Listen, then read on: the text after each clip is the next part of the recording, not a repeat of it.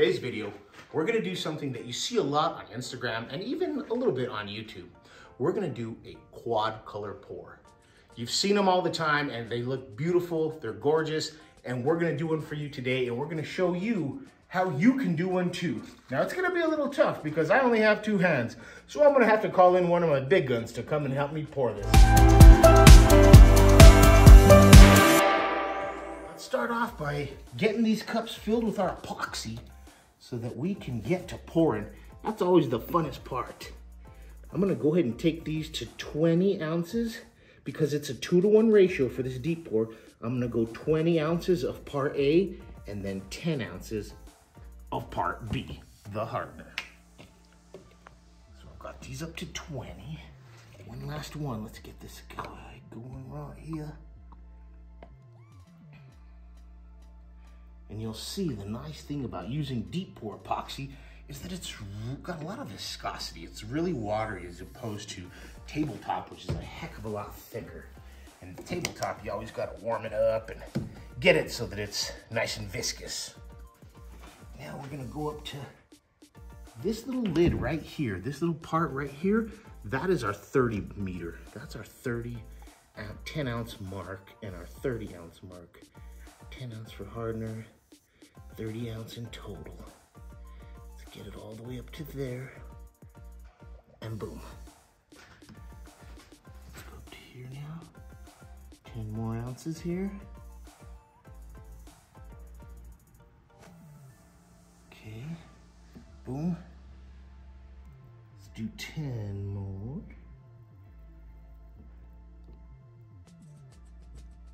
Okay, and last but not least,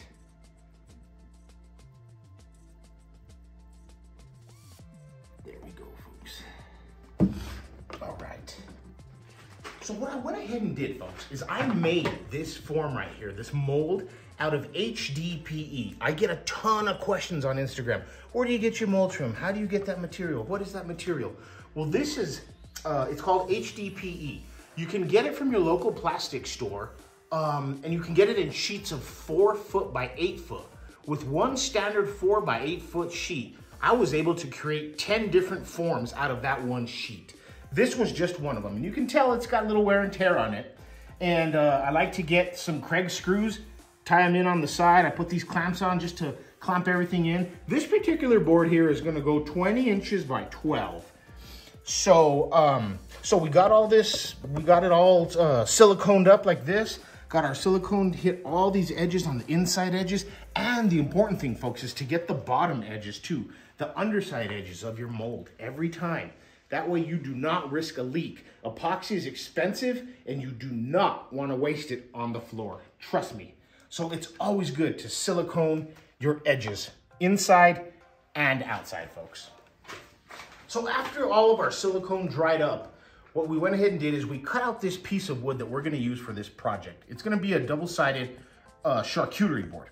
So what we'll do is I like to get a thing, hot glue gun right here. And I let it heat up and I'll just put a couple of small dabs on the underside just to hold the piece down so that when you're doing a pour video, you don't have all those clunky crossbars and clamps that hold down the wood and stuff like that. That really, really degrades and makes your pour video pretty crappy. So we like to leave it like this.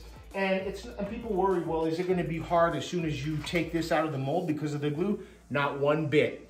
It's not gonna be hard at all. It comes right off just as easy as the epoxy, folks. And the cool thing is, you're gonna end up planing both sides of your board, right? I mean, who's gonna pull out a piece out of a mold and not plane the underside or the top side? So you're gonna plane that hot glue right off. Okay, let's get to it, shall we? We're gonna get 4 of these and we're gonna mix them all up and we're gonna put our pigments in there. So we're gonna go ahead and put we're gonna put 2 different shades of purple in this one and 2 different shades of blue. And then we're just gonna let them all mix together because the customer requested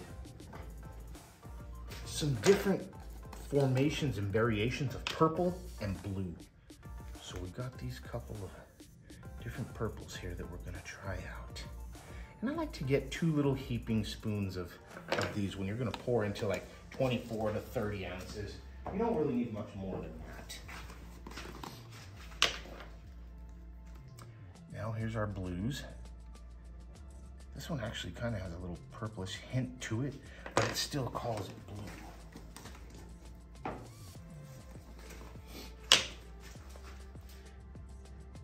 Now that's definitely blue. Cool. Got those all there. Now it's time to get them mixed up. So we're gonna go ahead and get our handy dandy mixer.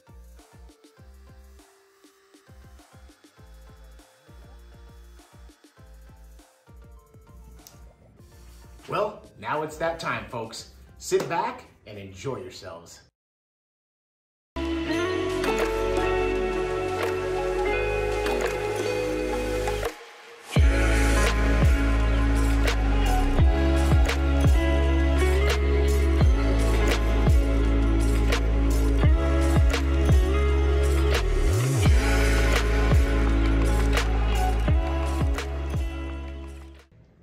Well, what did you think about that, folks? Wasn't that a thing of beauty?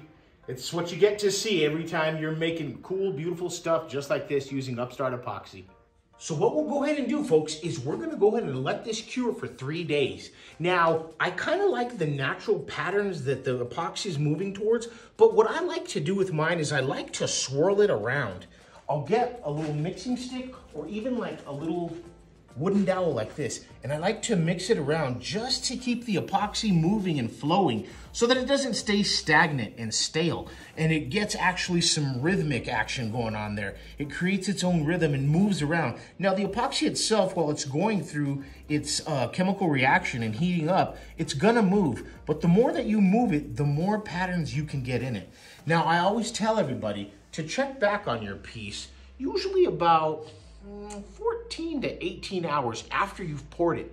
That's usually the sweet spot for any swirling that you want to do to it. And the way that you'll know that is that the epoxy will be the consistency of, I like to say, butter fresh out of the fridge, or even peanut butter, thick like that. Once you get it like that and you start swirling it like that, those swirls are going to stay. But like, look at now how we're doing this here. These aren't going to stay for nothing.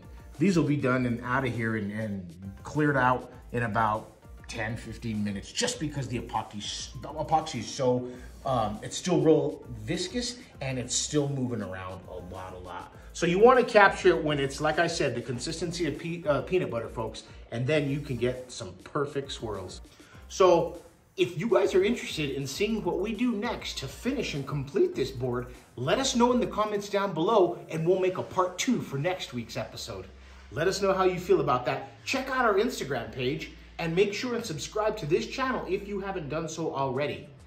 If you have any questions or comments about any of the stuff that we did today, make sure and let us know again on the comments section down below.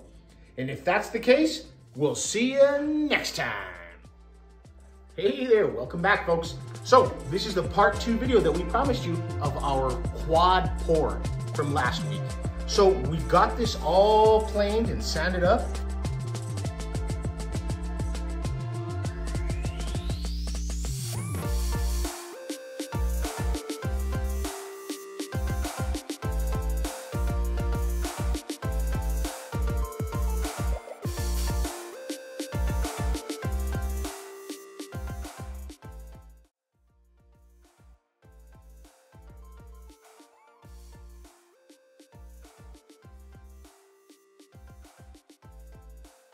And what we're gonna do is we're gonna go ahead and we put some tape on here on these edges because we're gonna flood coat the other side of this board, okay? But we don't wanna have to sand off all the excess bubbles and drips from the epoxy, from the tabletop epoxy. So what we're gonna do is we're gonna put these strips of tape along the edges so that the tape catches the bubbles, okay? Then we'll come and we'll pull off this tape, and along with the tape will come the bubbles, folks. Okay, folks, it's that time, flood coat time. We always like to flood one side of our boards and then leave the other board a matte finish, but this is gonna be a serving tray, so we're gonna put some handles on both sides of this. But either way, we're gonna take care of both sides and make sure that everything looks perfect. So what we're gonna do is we're gonna mix up some Upstart Epoxy's tabletop epoxy. So we're gonna do a 1-to-1 ratio. I think we're gonna do a 20 ounce for this one. I'm gonna go ahead and go with the hardener first. You can use whichever one you want first. Remember, it's a 1-to-1 ratio. So I'm gonna go 10 ounces of hardener. Let's do a little more there. There we go. And then I'm gonna come with the 10 ounces of the resin. And we're gonna come up to 20. Make it an even 1-to-1 ratio. Okay. And remember, folks, we're gonna mix this by hand because we don't want a lot of bubbles. So let's get this mixing stick ready and let's mix it on up. We've had this tabletop heating up in front of our heater for about 25 minutes. It's always good to keep it about 1.5 to 2 feet away. You don't want it to burn. Although this is some really, really good containers from Upstart Epoxy. Nice, thick, and hard and durable. That way you don't have to worry about it burning. But when you have it 2 feet away, 1.5 away, still don't gotta worry. But if you can see here, look at this. Look how fast, when you mix warm tabletop epoxy, all that cloudiness is already gone, folks. And we're ready almost in about another minute to pour this flood coat.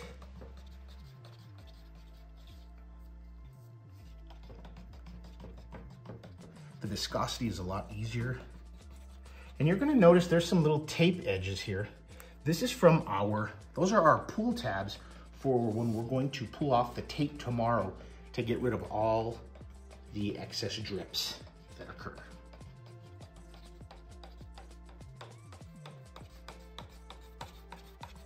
Yeah, this is stirring nice and easy.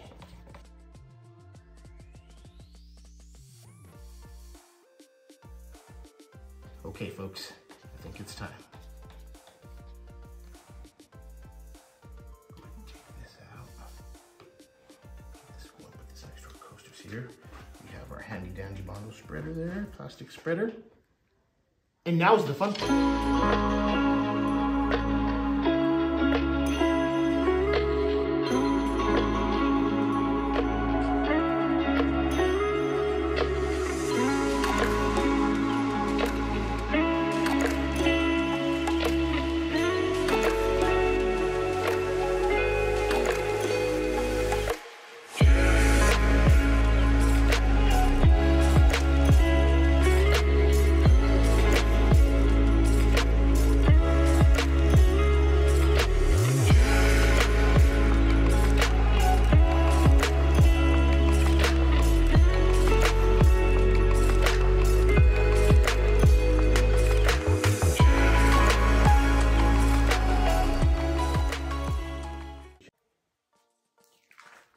Okay, folks, that's a wrap for tonight. We flooded it. We're gonna hit a little bit more with the heat gun, and we'll see you tomorrow.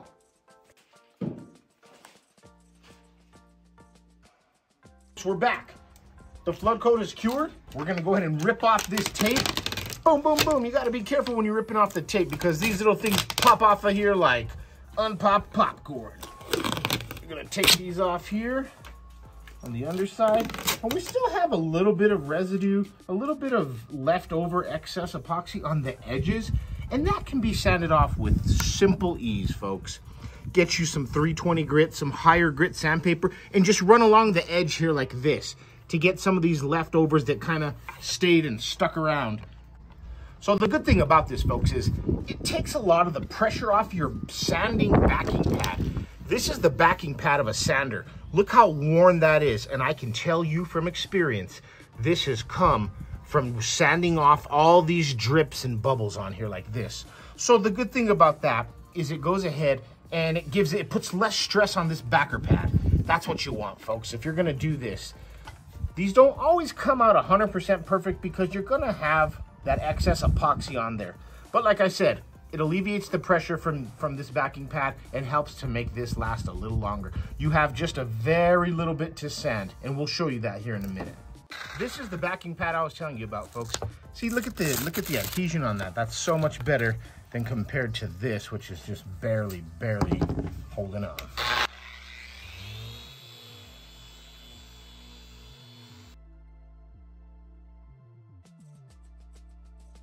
All right, folks, it's time to put these handles on. So what we did is we got this cabinet handle jig, that's what I call it. You can get it online at Amazon or anywhere. Just look up cabinet handle jig.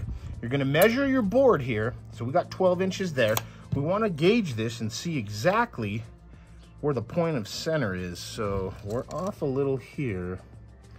So we wanna find the 6-inch mark, which is half, exactly half. So what we'll do is we'll line this guy up with that. The cool thing about this jig is that you can point it to wherever you want.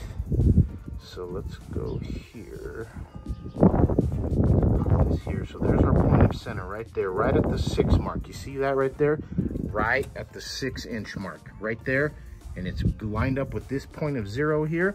So what we'll do is we'll tighten this right here so that it stays locked in. Tighten this little lasp here. That's locked in there. And we're gonna line up our handles with these holes here, our drill holes that we'll use. You can unscrew these little edges here as well and push them up if they don't meet perfectly. But this really ensures a perfect drill out every time. And it also helps you to drill perfectly straight if you don't have a drill press. So there we go. So let's do this. Let's go ahead and push this to the edge of the table here. I'll put this back on because we know that it's perfectly shaped. Let's check it one more time. It's always good to double, triple, quadruple check your work, folks. Costly mistakes are not worth it. Okay. We're gonna go ahead and pop open our box here. I've already got some drill bits there. Fired this baby on. And actually, let's go ahead and pull out these screws here. This could be potentially a little bit big of a drill bit. We don't really want that. Let's go with this here. All right, let's measure this and make sure that we're gonna have some clearance. So you wanna gauge it at the bottom? Yep, we're gonna have plenty of clearance. So, I think we might be able to actually get away with a smaller drill bit. Pull this out. You don't want it too loose in there. Nobody likes a sloppy fit. Okay. And let's tighten this up. Make sure it's all tightened up. It's looking good. We have our precise drill marks. And you know what? Actually, another cool thing this allows you to do is I don't like that this is too far. So what I'm gonna do is I'm gonna push it in so that we come a little closer to the edge, which allows for more charcuterie space. There we go. Now that's a little more like it. Let's hold that in, hold that nice and tight there, and let's commence with the drilling.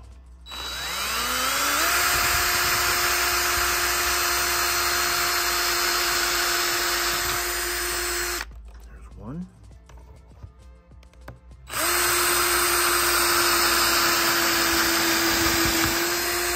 And there's two.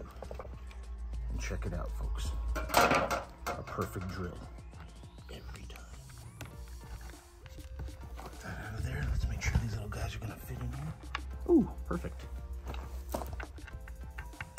Perfect.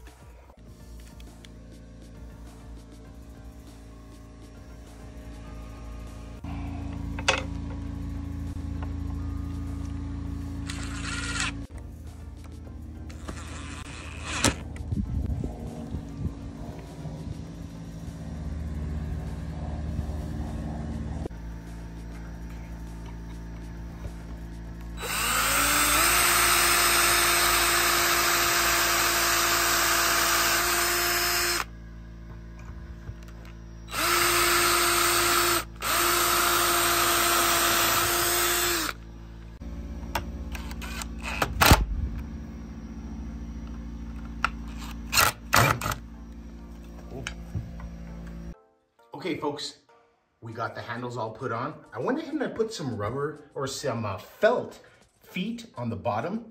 And the reason I put those on before I put the oil is because if you don't, you'll have a heck of a time getting these to stick to the board when there's oil over it. So let's just give it a little bit of walrus oil here. A little bit goes a long way, remember, with walrus oil, folks. And let's get this all shined up underneath.